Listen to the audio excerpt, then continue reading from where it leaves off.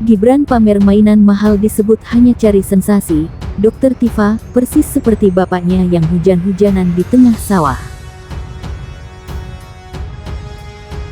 Barang ini nanti yang dipajang di kantor Jakarta yang mana, Mas? Nggak ada. Terlalu barangnya, terlalu banyak barang. Ini ada favorit nggak, Mas? Nggak ada. Makanya nggak saya bawa semua. Kita beresin dulu biar bisa segera dipakai oleh Pak Wakil Wali Kota. Kalau loji kosong, loji isinya kucing-kucing saya. Meja Gibran bukan diisi oleh ratusan dokumen, namun dipenuhi oleh mainan anak-anak. Jadi baru-baru ini, netizen salvo dengan isi meja Gibran saat Gibran telah mengemasi barang-barangnya untuk berangkat ke Jakarta sebagai wakil presiden. Namun yang membuat netizen salvo bukan malah meja Gibran diisi oleh ratusan dokumen-dokumen penting lainnya, malah ditempati oleh puluhan mainan anak-anak. Bayangkan, anak sekecil itu dipaksakan menjadi wakil presiden, mau dibawa kemana negeri kita nantinya? Apa yang ada di meja seorang presiden atau seorang pemimpin itu menunjukkan sesuatu yang terhubung dengan hobi dia yang akan dia kaitkan dengan tugasnya tuh. Nah kalau Pak Habibie di atas mejanya ada banyak model pesawat, memang dia mencintai pesawat itu sebagai hobi sekaligus sebagai potensi dia untuk mengembangkan ilmunya kan. Setiap kali dia lihat pesawat, kita tahu kalau kita baca Pak biografi Pak Habibie, dia selalu mengingatkan bahwa pesawat itu, efek yang paling dramatis dari pesawat adalah merancang, atau yang memuaskan dia adalah merancang sayap pesawat. Karena dalam sayap pesawat itulah ditentukan sebetulnya arah angin, gravitasi, potensi untuk lift up segala macam. Jadi dia bisa terangkan itu model pesawat sebagai permainan dengan konsep-konsep teknologi. Kan menarik kan? Ya.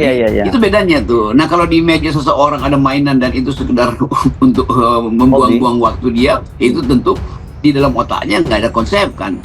Kalau kita lihat juga ya, Wakil Presiden RI yang pertama, Bung Hatta, itu bahkan sampai mendirikan perpustakaan pribadi karena ruang kerjanya penuh dengan buku-buku yang menginspirasi pikirannya.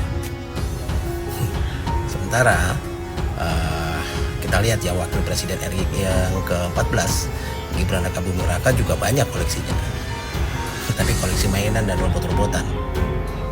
Bahkan tidak terlihat buku bacaan apapun di meja kerjanya. Ya mungkin pikirannya hanya terinspirasi oleh mainan, bukan ide, bukan gagasan, bukan karya, bukan pula soal leadership dan kepemimpinan. Maka ya jangan heran kalau untuk mencapai tujuan dan keinginan, ya cara apapun akan dilakukan, bahkan melabrak aturan dan perundang-undangan.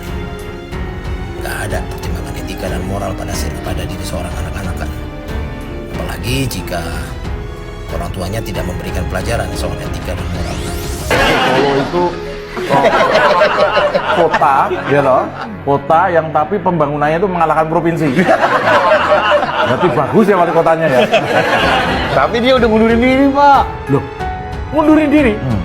Mas Gibran wali kota Solo itu mundurin diri? Kok nggak dari kemarin? Oh iya, saya lihat fotonya di berita. Dia lagi mengemasi barangnya. Wow, jadi barang yang dibawa pulang tuh, yang pertama itu ada Tamiya, Action figure. ada action figure, ya. Kok nggak ada patung banteng ya? Ya kan? Jadi yang dibawa Mas Gibran ketika pindah itu dari kantornya itu saya lihat ada action figure, ada apa lagi tadi? Ada Tamiya, mobilan. Tapi kok nggak ada prestasi ya? Maksudnya apa ya? Mas Gibran sebagai wali kota Solo itu kan dicecar pertanyaan oleh anggota DPRD Solo, ya kan? Iya. Dan kalau saya lihat videonya cukup seru.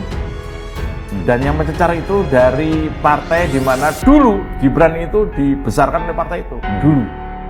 Mungkin karena itu dia ngambek nggak mau jadi wali kota lagi. Baper.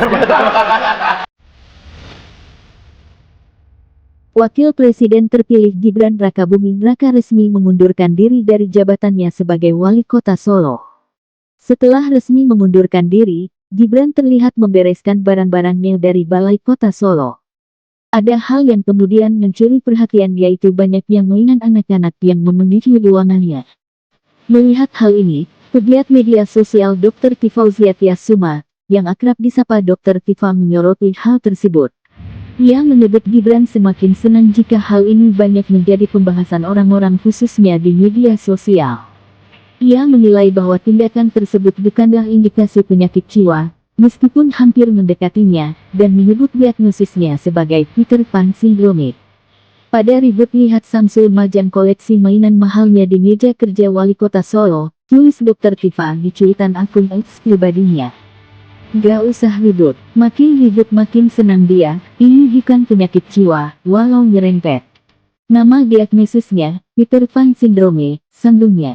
Orang dewasa, hampir 40 tahun itu sudah tua, suka mainan karakter mahal begini bahkan jadi kolektor. Sama dengan yang suka koleksi kucing-kucing mahal bahkan didandani dikasih baju, ujarnya. Dr. Tifa kemudian menyamanyamakan tindakan yang dilakukan Gibran dengan sang ayah, yaitu Presiden Jokowi. Ia mengatakan perilaku anak dan bapak ini sama persis dan timnya Uang berperan untuk menviralkan hal ini agar ramai dan jadi pembahasan. Yang aneh adalah, dia sengaja memvideokan aksinya ketika mengepak koleksi mainan mahalnya yang bejibun itu dan timnya sengaja viralkan di sosmed, sebutnya. Perilaku yang sama persis dan bapaknya yang hujan-hujanan di tengah sawah. Masuk gorong-gorong, naik motor pakai jaket bomber. Timnya viralkan supaya ramai dan ribut di sosmed, jelasnya. Nyeleneh, nyentrik, asal beda, sok iye, kata Anget Jakting. Ciri-ciri narcissistic personality disorder. Karena berkuasa dan menjabat, narsistiknya menjadi-jadi, paparnya. Lanjut, ia menyebut sindrom Peter Pan Syndrome lebih sering muncul pada anak kecil atau di bawah umur. Melihat apa yang dilakukan oleh Gibran dan sang ayah, Dr. Tifa pun mulai meragukan Jokowi apakah realnya didengar pengusaha atau tidak. Alasannya karena, menurut apa yang dilakukan ayah dan anak ini di pandangannya katrok. Yang tidak diketahui dirinya sendiri, perilaku seperti ini sebetulnya adalah manifestasi dari rasa rendah diri, minder, gangguan kecemasan, inferiority complex, mental instabil dan mungkin juga mental illness. Kalau ditelaah lagi kemungkinan akan semakin banyak simptom-simptom kejiwaan lain yang bakal muncul, katanya. Yang saya bingung, biasanya sindrom Peter Pan ini muncul pada anak yang masa kecilnya susah. Lihat mainan mahalan cuma bisa nelan ludah. Nah ketika dewasa dan punya duit, dia bakal kompensasi, beli mainan mahal gila-gilaan atau kucing-kucing mahal puluhan ekor, atau mobil-mobil mahal DCB, terangnya. Kan ini anak wali kota ya, dan katanya sebelum jadi wali kota, bapaknya pengusaha yang cukup sukses. Kok anak-anaknya gedenya katrok kayak gini sih? Bapaknya dulu betulan pengusaha atau cuma diflaming sebagai pengusaha?